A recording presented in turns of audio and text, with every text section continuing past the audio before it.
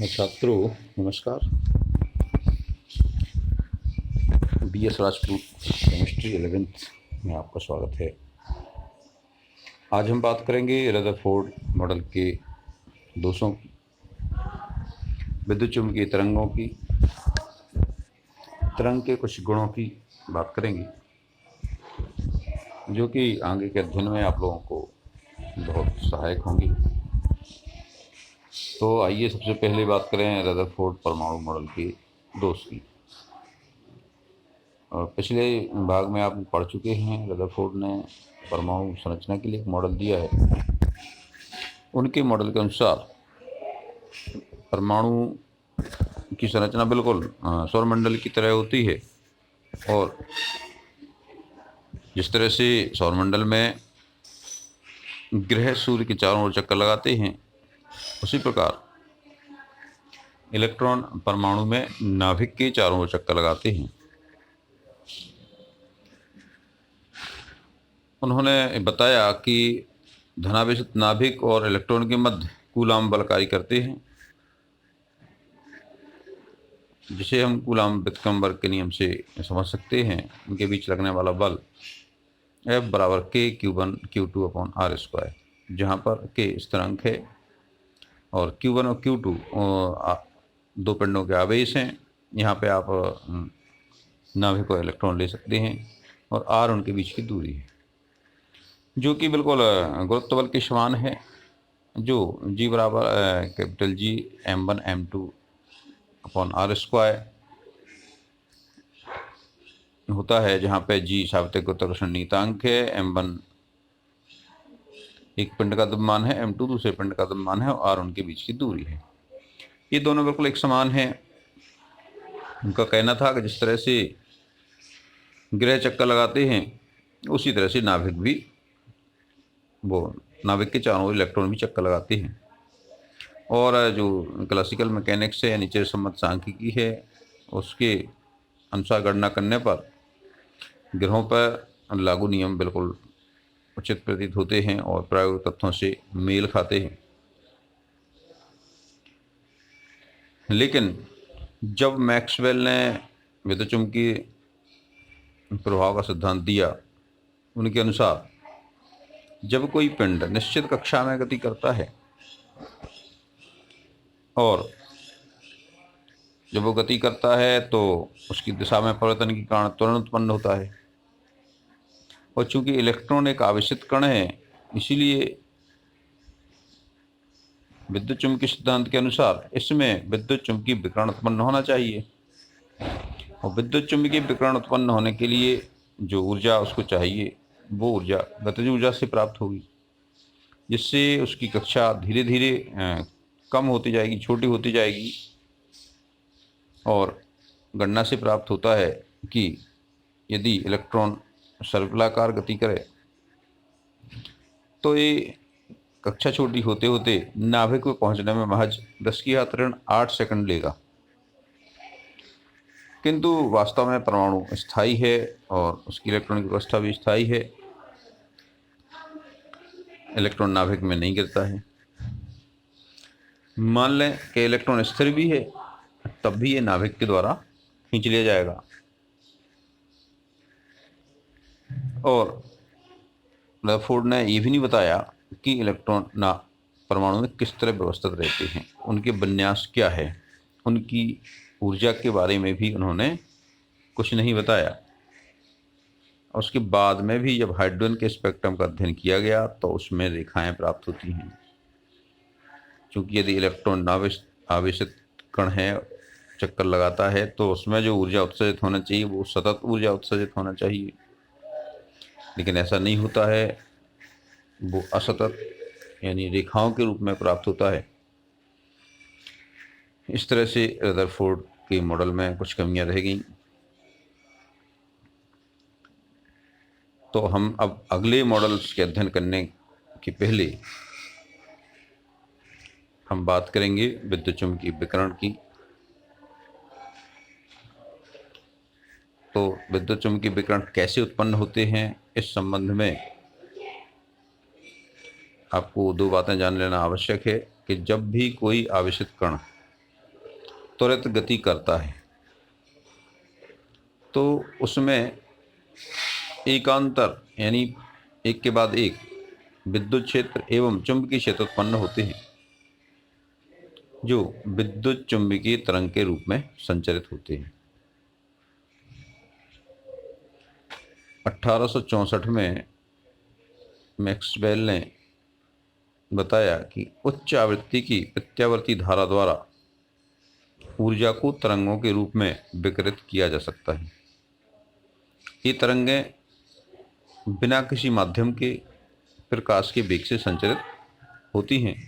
इन्हें विद्युत चुंबकीय तरंगों का नाम दिया गया। प्रकाश भी, जो कि ऊर्जा का एक रूप है, विद्युत चुंबकीय तरंगों के रूप में चलता है।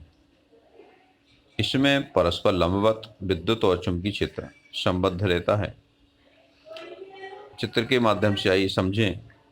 यदि आप 3D की कल्पना करिए, माने तीन त्रिविमीय जो निर्देश फ्रेम होता है, मैथमेटिक्स में आप लोगों ने पढ़ा होगा।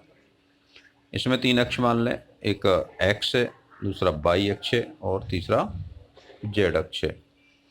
एक्स अपन ये माने यानी ये आपका क्षैतिज है, वाई ऊर्ध्वाधर है और जेड इसके ऊपर नीचे वाला है। ये 3 अक्ष हैं जी। इन तीनों अक्षों से पहले माने हम इसमें कि जो एक्स अक्ष है ये है आपका तरंग की संचरण की दिशा, और जो वाई अक्ष है ये अपन ने माना विद्युत क्षेत्र की जो तरंग है उसके दोलन की दिशा। तो विद्युत क्षेत्र इस दिशा में वाई दिशा में दोलन कर रहा है।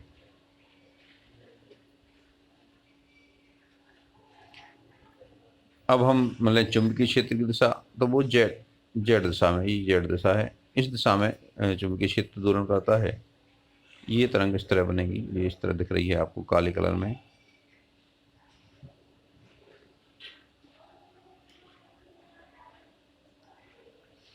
तो विद्युत चुंबकीय तरंग इस तरह होती है। आपको जो हरे कलर में विद्युत क्षेत्र का घटक दिखाई दे रहा है और काले कलर में चुंबकीय क्षेत्र का घटक दिखाई दे रहा है और लाल कलर में ये तरंग संचरण की दिशा दिखाई दे रही है। इसको दूसरे चित्र से भी आप इसको देख लीजिए। परस्पर लंबवत हैं दोनों क्षेत्र और ये तरंग संचरण की दिशा की लंबवत भी है। अब आइए हम इनके लक्षणों को एक एक करके अध्ययन करेंगे। ये देखो, ये परस्पर लंबवत विद्युत और चुंबकीय क्षेत्रों के से संबद्ध होती हैं। ये तरंग संचरण की दिशा के भी लंबवत होती हैं। सभी विद्युत चुंबकीय विकिरण प्रकाश के वेग से गति करते हैं और इन्हें माध्यम की आवश्यकता नहीं होती है। प्रकाश का वेग तो आप जानते ही हैं, लगभग 3 लाख किलोमीटर प्रति सेकंड, यानी 3 × 10⁸ मीटर प्रति सेकंड होता है। यदि हम इसको बिल्कुल एक्यूरेट देखें तो ये 2.9975 × 10⁸ मीटर प्रति सेकंड होता है। विद्युत चुंबकीय विकिरण की ऊर्जा उसकी आवृत्ति के समानुपाती होती है, यानी जिसकी आवृत्ति जितनी अधिक होगी वो उतनी अधिक ऊर्जा वाली विकिरण होंगी, तथा तरंग दैर्घ्य के व्युत्क्रमानुपाती होती है, यानी जिसकी तरंग दैर्घ्य जितनी कम होगी वो उतनी शक्तिशाली यानी उतनी ऊर्जायुक्त तरंग होगी, और तरंग दैर्घ्य अधिक होगी तो वो उतनी कमजोर तरंग होगी, उसकी तीव्रता उतनी कम होगी। आइए हम बात करें तरंगों के अभिलाक्षण गुणों की, जो आपको आगे के अध्ययन में काफ़ी सहायक होगा। आओ हम तरंग के चित्र को देखें। ये देखिए तरंग दिख रही है। आप एक तरंग ले लें अपन, ये जो तरंग संचरण की दिशा आपको दिख रही है एक्स अक्ष पे, ये इसको हम यहाँ पर जो स्थितियाँ हैं ये सब माध्य स्थिति में है। तरंग चलती है, जो ऊपर का हिस्सा है सबसे ऊपर जाता है वो सुरंग, और जो सबसे नीचे वाला हिस्सा है वो है गर्त। तो तरंग इस तरह चलती है, पहले ऊपर उठती है, फिर नीचे आती है, फिर नीचे से फिर ऊपर जाती है, इस तरह से इस तरंग को गर्त बनाती है, फिर माध्य स्थिति में आती है। तो आप दो क्रमागत सुरंगों या दो क्रमागत गर्तों के बीच की दूरी को हम तरंगदैर्घ्य कहते हैं।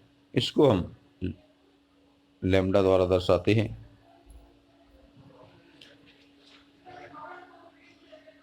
या ये यूं भी कह सकते हैं, एक पूरी तरंग में तय की गई दूरी भी तरंगदैर्घ्य है, यानी एक पूरी तरंग की लंबाई है, इसलिए इसको हम तरंग लंबाई भी कहते हैं।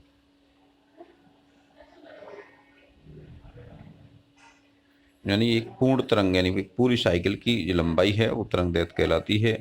इसका जो मात्रक है सामान्यतः हम एंगस्ट्रम लेते हैं। एंगस्ट्रम यूनिट एक बहुत छोटी इकाई है। इसका मान होता है 10 की घात ऋण 10 मीटर या 10 की घात ऋण 8 मीटर, या हम इसको 0.1 नैनोमीटर। आइए हम दूसरे लक्षण की बात करें। दूसरा है आवृत्ति। आवृत्ति यानी फ्रीक्वेंसी, यानी बारंबारता। किसी बिंदु से 1 सेकंड में गुजरने वाली तरंगों की संख्या उस तरंग की आवृत्ति कहलाती है। या यूं कहें, यदि कोई द्रव्य तरंग है या माध्यम में चल रही है तो एक कण माने 1 सेकंड में एक कण के द्वारा किए गए कंपनों की संख्या। यदि विद्युत चुम्बकीय की तरंगों की बात करते हैं तो ये मानेंगे कि किसी एक बिंदु से 1 सेकंड में जितनी तरंगें गुजरती हैं वो संख्या उस तरंग की आवृत्ति कहलाती है। इसका प्रतीक है न्यू। ये भी जैसा है, कुछ टेढ़ा कर लेंगे इसको तो ये न्यू बन जाता। इसकी इकाई साइकिल प्रति सेकंड यानी कंपन प्रति सेकंड है।